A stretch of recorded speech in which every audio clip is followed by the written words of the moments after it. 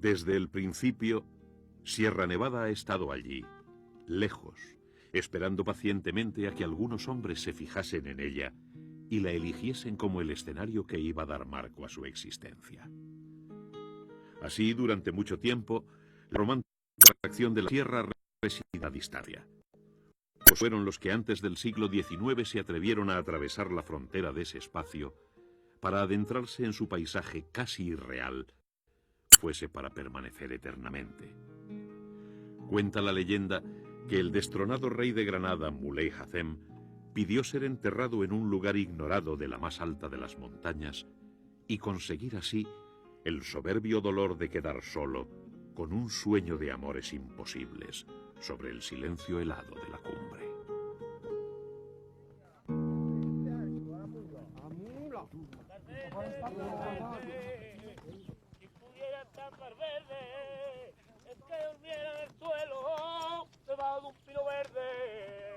El de los neveros fue un viejo oficio granadino cuyo origen es desconocido.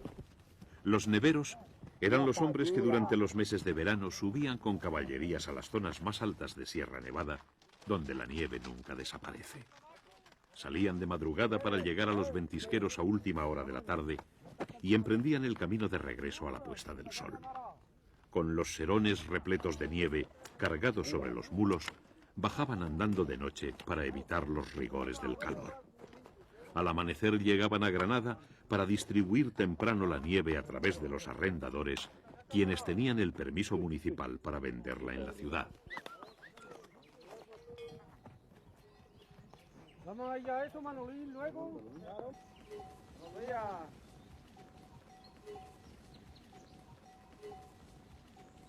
Claro.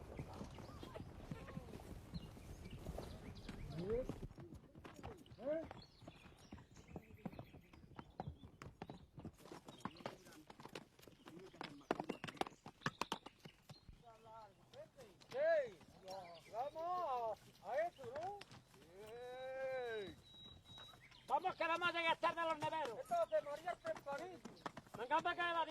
Los pastores y los manzanilleros que recolectaban plantas aromáticas y medicinales fueron los primeros en recorrer Sierra Nevada. Ellos la debieron andar solitariamente en todas direcciones, llegando a conocer mejor que nadie los cerros, barrancos y tajos. ¡Qué carrera le di! ¡A mi cambia pelo! ¡Qué carrera le di! Ella trató de tirarme y yo me agarré a su cris. Ya montar no hay quien me gane.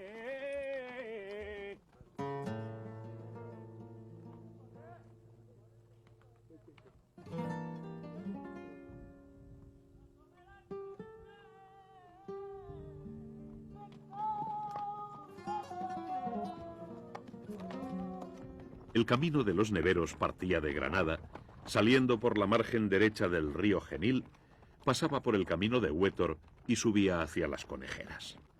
Continuaba por el Contadero, dejando Monachil a la derecha, y luego tomaba la cuesta del Desmayo para llegar a la Fuente de los Castaños. Después, buscando las lomas más suaves, tomaba por el Purche hasta el Dornajo y de allí seguía hasta las faldas del Veleta.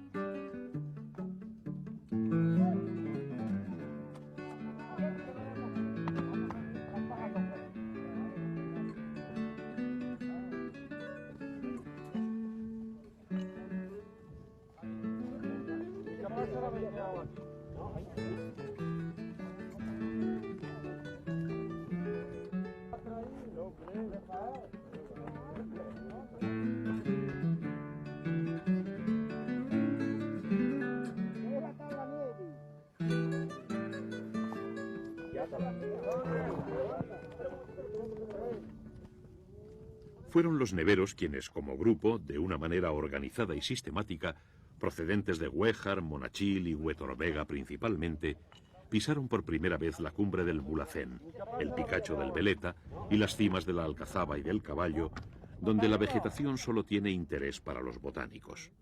Pero ellos no escribieron. Tal vez ninguno de los neveros supiera escribir. Otros lo hicieron por ellos.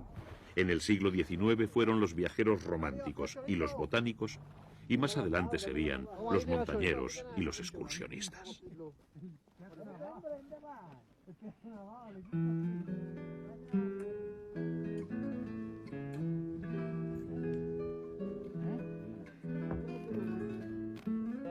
¿Listo? ¿Tiene Miguel? Miguel, sigue siendo lindo. Sí. ¿Y tú? Ya está. No, pão. ¿Qué quieres más, hijo?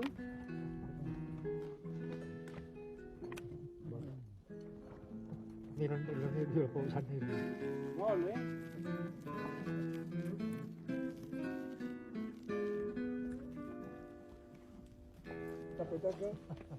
Siamo media corta penal.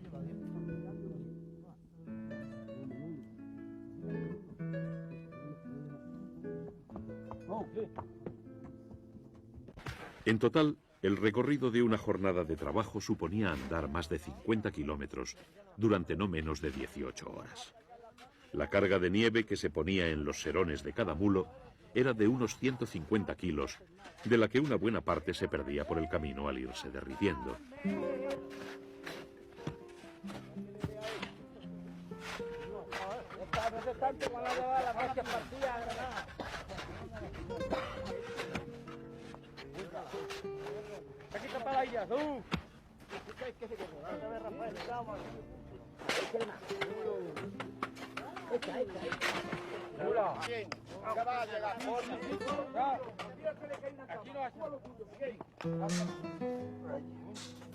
Sí, esta tiene hasta el culo. Bien. Ven.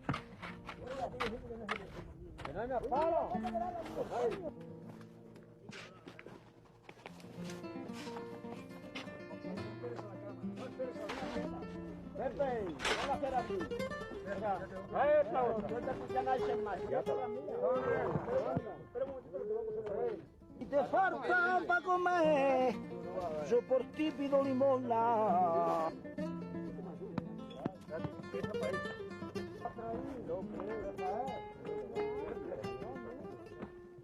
La revolución industrial que se produjo en el siglo XVIII tardó bastantes años en llegar hasta Granada, donde no se instaló una fábrica de hielo hasta el primer cuarto del siglo XX. Con la producción artificial de hielo, el oficio de los neveros desapareció en poco tiempo, al no poder competir con los precios del frío industrial. Se extinguía así una de las muchas actividades rurales de subsistencia que significó el trajín de los neveros. Ellos estuvieron prestando un incalculable servicio a la población de Granada durante los calurosos meses de julio y agosto, cuando la nieve natural de la sierra era el único medio de poder tener algo fresco. Primo, ven para acá, Ese apertado el capaz.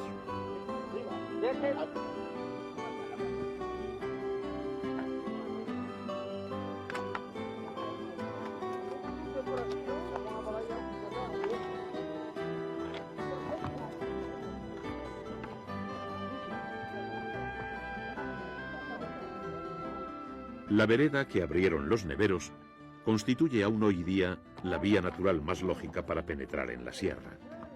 No solo es el camino más atractivo e interesante, sino que también es el más corto para alcanzar las altas cumbres, así como las vertientes alpujarreñas a través de los Tajos de la Virgen a 3.160 metros de altitud.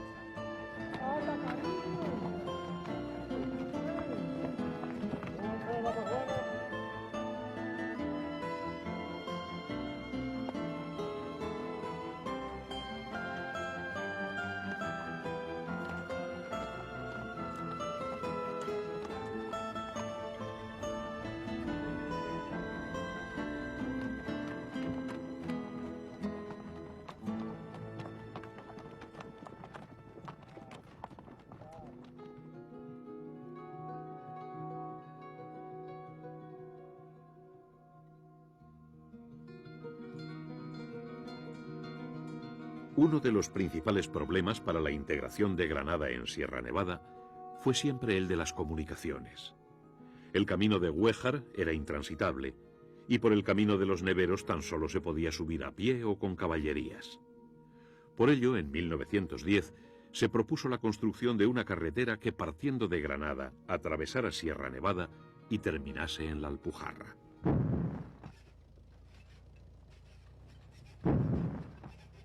El proyecto se aprobó finalmente en 1919 con la decisiva ayuda en el Senado del duque de San Pedro Galatino, y en 1920 comenzaron las obras bajo la dirección del ingeniero de caminos Juan José Santa Cruz, autor del proyecto.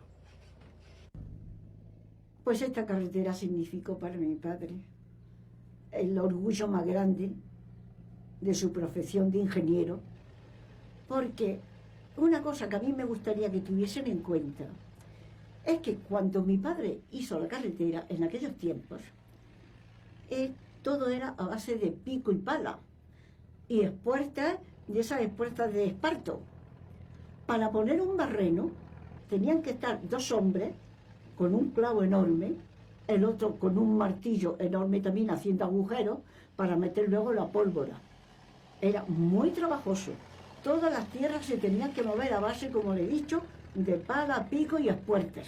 Era mucho trabajo. Hoy la gente joven no le dará esa importancia, porque hoy con las máquinas y con todo eso se abre una carretera en nada de tiempo.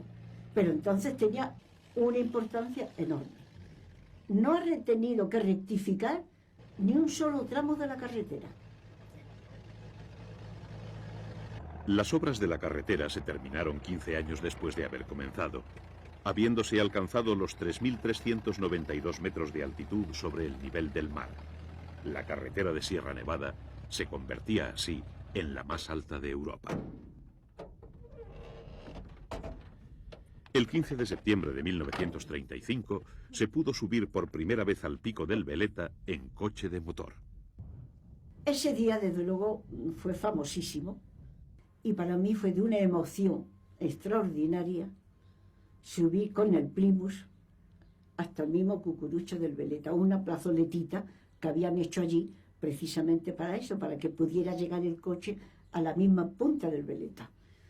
Ver el paisaje aquel, donde siempre se había subido o con mulo o a pie, con bastones, con unos trajes especiales, y verme allí, ¿verdad?, vestida como si estuviese en Granada. Fue una cosa francamente emocionante. Y mi padre estaba loco de contento. La felicidad le salía por todas partes.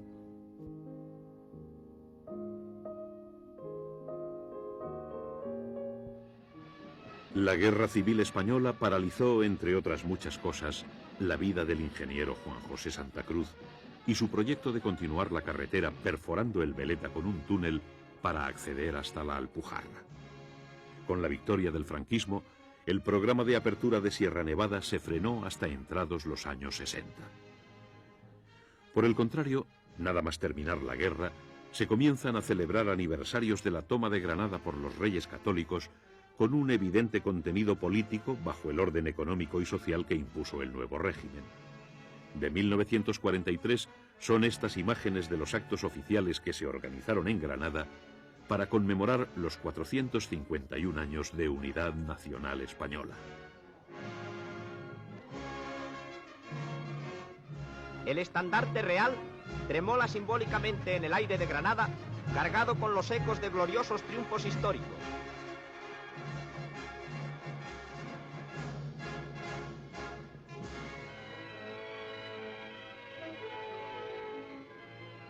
En lo laboral, la miseria de los años de posguerra en Granada supuso para las clases obreras y campesinas el regreso a ocupaciones de subsistencia, pese al tono triunfalista con que en los años 40 se daban las noticias oficiales. Desde el tiempo de los árabes se extrae el oro mezclado a las arenas de los ríos Darro y Genil que bañan a Granada. Esta extracción se ha intensificado modernamente porque el oro ha subido mucho de precio y porque la extraordinaria pureza del que se obtiene en estos parajes pasa de los 22 quilates. Este obrero ha logrado una buena pesca. Comprueba su hallazgo y llama a sus compañeros. No se ha dado mal.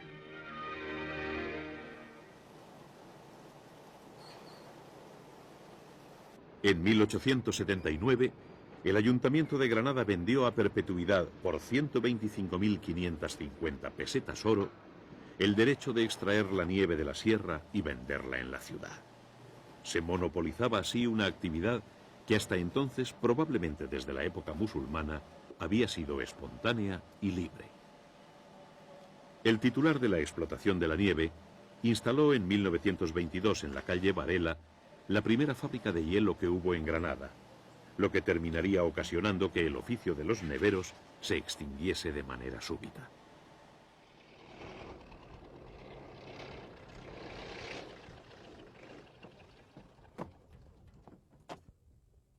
No obstante, las restricciones eléctricas de la posguerra provocaron que entre 1945 y 1950 fuese necesario recurrir de nuevo a la nieve de la sierra durante los veranos. Gracias a la carretera, en lugar de los mulos de los neveros, los trabajadores de la fábrica de hielo utilizaron camiones para subir hasta las faldas del Veleta. Los serones de esparto también fueron sustituidos por cajas de madera, donde la nieve era transportada hasta Granada para su venta en cafés, heladerías y hospitales.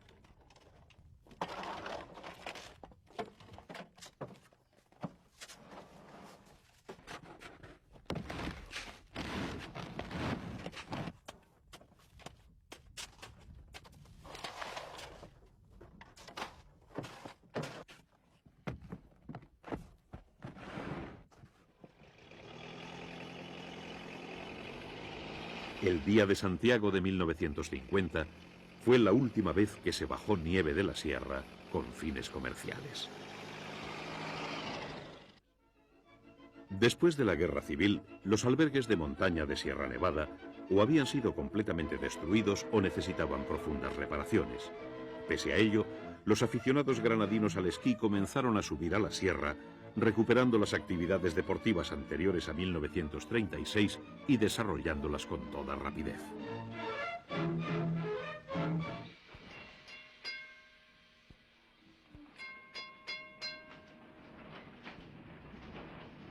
La idea de construir un ferrocarril para unir Granada con la sierra por el camino de los neveros tuvo varios proyectos desde principios de siglo, con sus respectivas prolongaciones de tren cremallera, funicular y teleférico hasta las altas cumbres. Por fin, en 1920, se pusieron en marcha las obras para hacer una línea de tranvías que uniese Granada, Pinos, Güéjar y El Charcón. El primer tramo se inauguró en 1925 y en 1928 el tranvía llegaba hasta la estación de Maitena. Años más tarde, se prolongó hasta el Barranco de San Juan. Sierra Nevada iba estando cada vez más cerca.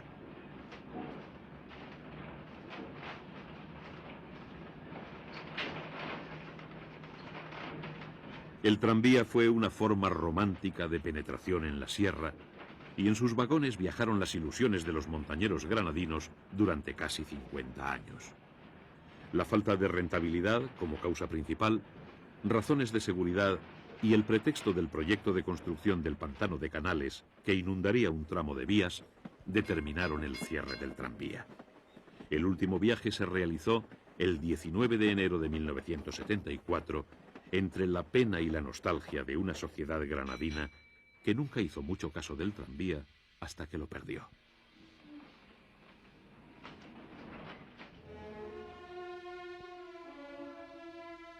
Las vías, los puentes y el tendido eléctrico fueron desmantelados.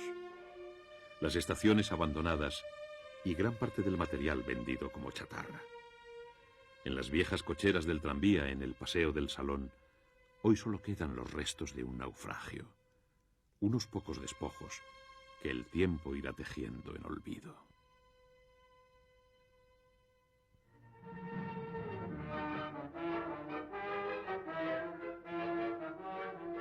A finales de los años 50, las autoridades locales y nacionales comenzaron a ser conscientes del futuro deportivo y turístico que podía llegar a tener Sierra Nevada. Se retomaron viejos proyectos nunca realizados y también se anunció alguno nuevo. La carretera de Sierra Nevada se prolongará con el teleférico y el ferrocarril de cremallera hasta el Veleta. Todo esto afecta también a la futura estación televisora que se instalará en estos lugares. Restaurados el albergue universitario y el de la Hoya de la Mora, hasta los que se podía llegar en autobús por carretera, la afición a esquiar en Sierra Nevada siguió incrementándose durante los años 60.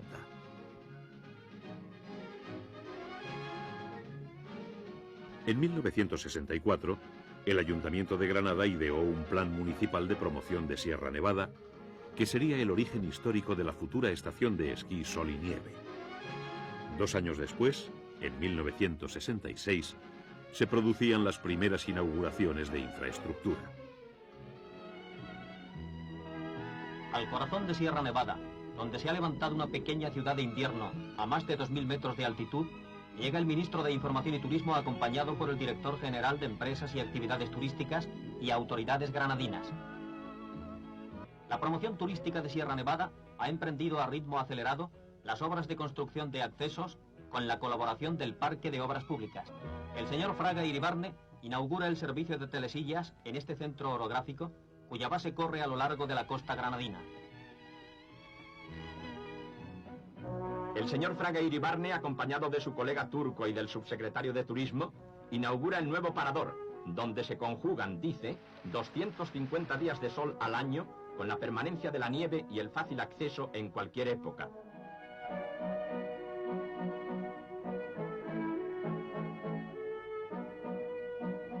Esta hospedería de montaña será refugio para aquellos que deseen permanecer durante el invierno en estos parajes de la sierra, donde igualmente se va a instalar un telecabina a 2.550 metros de altura, con un trazado de más de 2 kilómetros de longitud.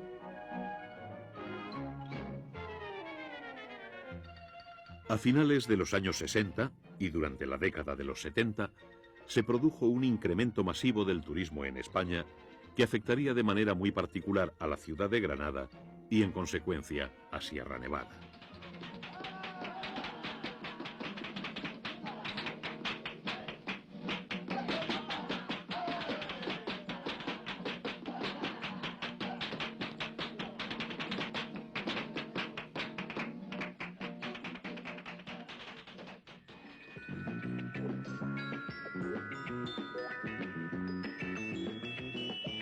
La tradición deportiva de Sierra Nevada se remonta a 1914, en que tuvo lugar la celebración de una semana deportiva.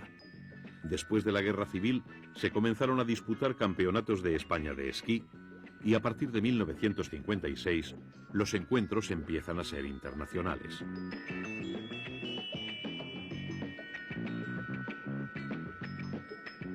En 1975 se organizó una prueba femenina para la Copa de Europa y en 1977 la final de la Copa del Mundo de Esquí Alpino, que sería el preludio del gran desarrollo experimentado en la estación a partir de los años 80.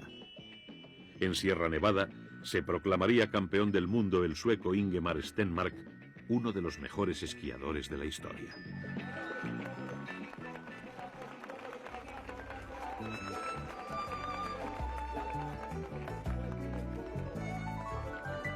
En la década de los 90, que se inició con la final de la Copa de Europa, se celebraron los Campeonatos del Mundo de Esquí Alpino. En 1996, Sierra Nevada alcanzó la mayor aspiración de cualquier